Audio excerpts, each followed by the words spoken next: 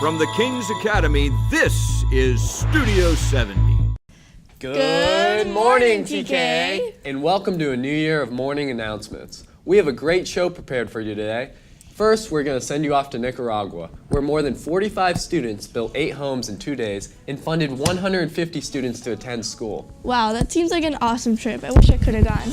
All the people who are fighting for the broken, all the people who keep holding on to love, all the people who are reaching for the lonely, keep changing. But next week, we'll have special interviews for you from seniors Logan, Jake, and Hunter from their experience in Nicaragua. This is going to be an amazing interview. For the school's first ever National History Day event took place last week. Students had to create their history projects for teachers and staff to judge. Here's an interview with Mr. Raines himself. Why do we celebrate National History Day? Well, this is our first year at the King's Academy that we were able to bring this program in. Mrs. Berger had been able to implement this in her previous schools and had a lot of success with students moving on to states and even nationals with this competition. And it's been a great opportunity for students to do research based on a historical topic, go into depth and really choose which medium they want to present their historical research.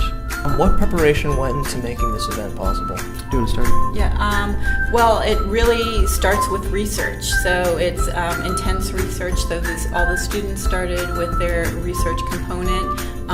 They chose their topics, and then they, after doing their research, then they were able to kind of decide which medium would work best for them.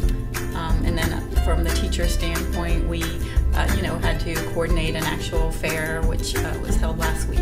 What's your favorite thing about this day? I think this is really an opportunity to let history shine. I mean, often you're seeing some of the other like fine arts or athletics, which do such a great job here at the King's Academy, but to have an academic area shine, especially to allow it to be history, I think I was really proud to see our students really get engaged with Wow, with history. you gotta love history. Thank you, Mr. Raines and the rest of the history department. Now off to Nick and Brennan, who are going to update us on the world of sports. Let's start off in Philadelphia, where the Eagles played the Atlanta Falcons in the first of 4 playoff games this weekend.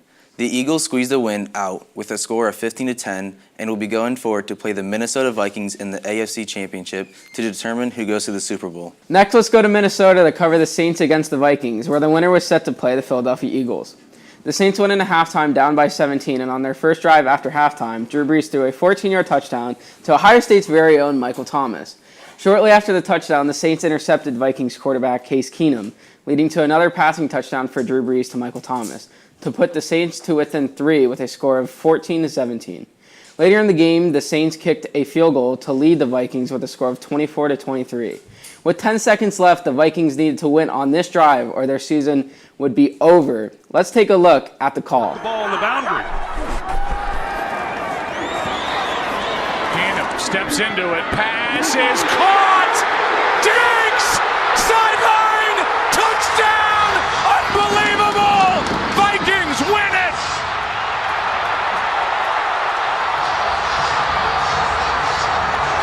Stephon Diggs comes up huge with a 61-yard touchdown to seal the deal and advance the Vikings into the next round to face off against the Eagles on Sunday night.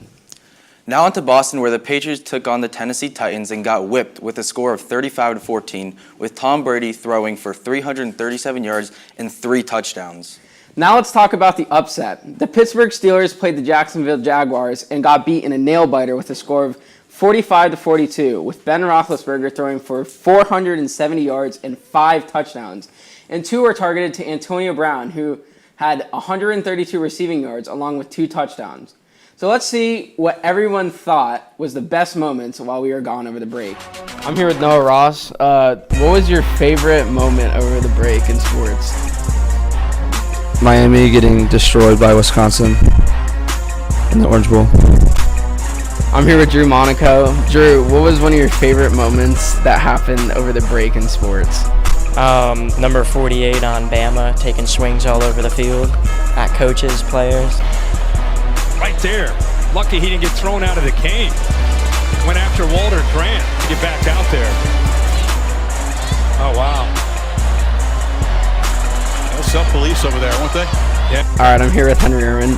Henry, what was one of your favorite sports moments over the break? Well, Nick, it definitely had to be when the Alabama kicker shanked that field goal. They could have won the game, but I mean, he blew it. But thank God it's Alabama because they got it in overtime. Make sure you add us on PSN to play Fortnite. No, Mr. Ross 44 and Demonico 9. Back to you, David. Now, let's send it off to our segment, Shout Outs with Jules. Woo! Gigi Perez recently got accepted into her dream school, Berklee College of Music. Gigi's goal is to become a singer and songwriter, so she flew all the way to Boston for her audition and blew the judges away with her amazing talent. Berklee College of Music has only a 13% acceptance rate, and according to Gigi, the audition consisted of tasks like making up songs on the spot and playing original music. Wow, that can't be easy. What an accomplishment. Yeah, Gigi's incredible. When asked about her songwriting process and how she writes her own songs, Gigi told us how she's written over 100 songs by now, and 2 of her songs can be heard on SoundCloud. And did you know she only takes 15 minutes to write her songs? That's insane. Congratulations, Gigi. Can't wait to see you become a Grammy winner one day. We also want to give a shout out to other college acceptances like Ryan Kingman, who's going to Williams College for football, and Mackenzie Graves, who's going to the New School of Drama, and so many other acceptances that are still happening. Congratulations, guys. That's what I'm talking about. Congrats, class of 2018. You're killing it. Yeah, great work, guys.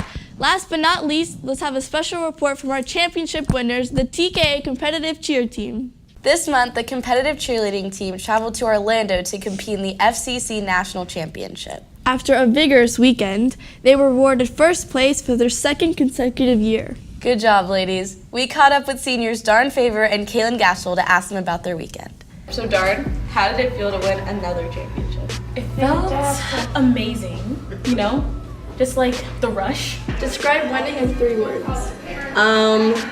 Exciting, rewarding, and kind of emotional, I guess you could say. Was there any tension between the teams while you were up there? Just a little team called Florida Christian.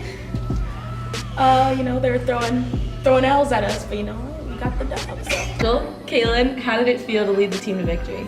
It was really fun and exciting, and I think now that we won, we set the bar for the rest of the season, so now we can go and hit and do amazing at regionals and states. What did you need to do to prepare for the competition? A lot of practice. And you see, on the bus ride up there, she took away our phones, so to help us focus on only the competition. Okay, and what are your goals for the rest of the season? To kind of build from here, so we're going to add in difficulty in opening, elite, and pyramid, and grow as a team. Wow, they're incredible. Thanks, students and teachers, for tuning in. Have a great day, TKA.